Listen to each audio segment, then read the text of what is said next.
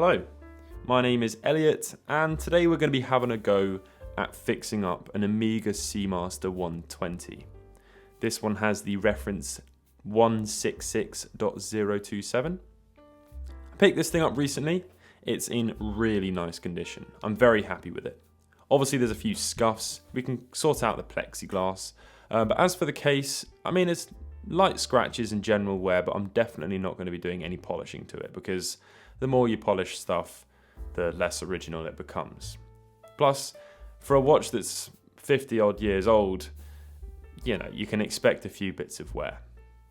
So I'm going to start by removing the bracelet. This has a small spring bar that you have to pull back and then you can go ahead and remove it.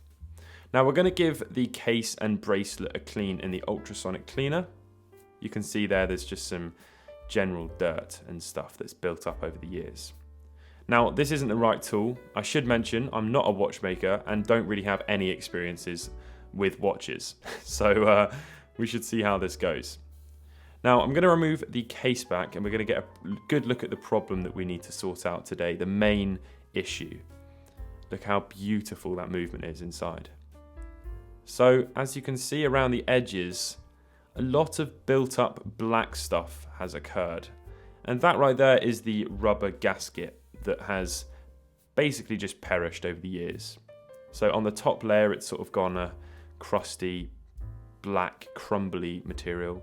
And underneath it's a gloopy, sticky residue which is very difficult to clean off. Now I just removed the crown there, that's achieved by pressing a small little lever, and then we're going to undo the case screws and remove the feet that are holding that in, so that then we can flip the movement over and take the case off of the dial. We're then going to cover that up and move it off to the side, and we can work on the case, which is a part that's a little bit more forgiving than the movement when you've got absolutely no experience with watches. So I'm going to take my needle nose tweezers and we're going to just go ahead and remove as much of that gunk as possible. Now as I said, it's gone all crumbly on the top and that wouldn't be an issue if it was like that all the way through, but what you then have underneath that is a really gloopy, sticky residue which is very, very difficult to get off, and you can't just scrape it off in one clean movement because this thing is stuck inside of a small recess that's probably 2 millimeters wide. But we need to do this. For many reasons, this is going to cause the movement potential problems if some of this stuff dislodges and works its way into some of the small wheels. The other reason is that it's now no longer serving a functional purpose. It's not making the watch waterproof. This watch is probably not ever going to be waterproof by the initial 120 meter specification, but it'd be nice to know that it's safe in the rain and when you're washing your hands.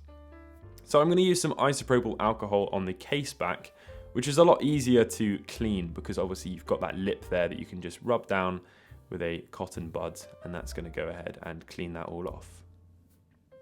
But the actual case back itself is not the hardest part to clean. You've got to remove the whole crumbly pile of mess within the case. Now, using isopropyl alcohol did make a huge difference. I then took the toothbrush and scrubbed it out, and the bristles were able to make a really good impact on cleaning the inside. But what's going to finish it off is the ultrasonic cleaner. Now this cheap little Chinese ultrasonic cleaner is not ideal for watchmaking, and in fact it broke halfway through attempting this, and I've only used this thing twice, so that's good. But my friend David lent me some of his tools and we cleaned up the case off camera, so it's all nice and clean now, but you can see the ultrasonic cleaner doing its job there. It's all clean. We're going to now have a go at polishing the plexi. Now this is a material called Polywatch that's basically just a small little polish with a very fine grit inside that's going to essentially sand down a layer of the plexiglass and remove all the deep scratches. Now you can't do this on glass or sapphire crystal obviously, but on plexiglass, which is basically a plastic, it is something that you can do. And the difference it has on the watch's overall look is just unreal. you might be able to see in the center a small Amiga symbol on that plexiglass.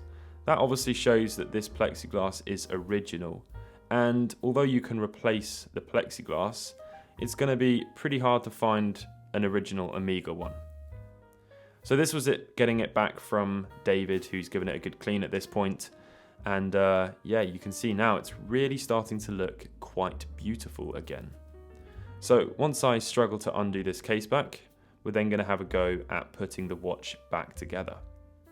Now we're going to give everything a blowout with a small little duster, but typically what you do is have a sort of an air line on a very high pressure, which is going to spray out a very controlled stream of air, and that's going to help you blow away dust. So this isn't going to be dust free. I'm not in a dust free environment, I'm just in my bedroom. I'm going to go ahead and reinsert the crown, which is fairly straightforward, but I'm still learning the sort of tolerances with everything. So now we're going to go ahead and insert the gasket. No, we're not. We're going to put the case feet in for the to hold the case. Sorry, to hold the dial in the case.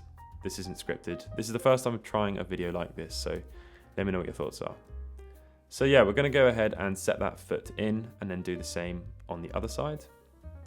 And then we can insert the screws. Now these screws are absolutely tiny. I mean, absolutely tiny. And it's quite scary working in this little small thing, because one slip of the screwdriver and that could be a catastrophic, unrecoverable damage. So I'm going to use this small little oiler and oil up the gasket with a small little bit of essentially grease, and that's just going to help with the seal. And then we're going to just fit it into the little crevice that it has to go in. Make sure it's all nice and in there properly. Give the movement one little blow with the blowy thing, and then go ahead and put the case back on. And that's pretty much it. After that, it's just putting the bracelet back on, which is all now nice and clean as well from the ultrasonic cleaner. I think David also used a small little jet wash, like a very small one that's for watches. And there we have it. Look at that. You can see the dial now far more than you could previously, and I have the knowledge that there's not a deteriorating old piece of rubber causing problems. And it's also now obviously splash proof. I'm very pleased.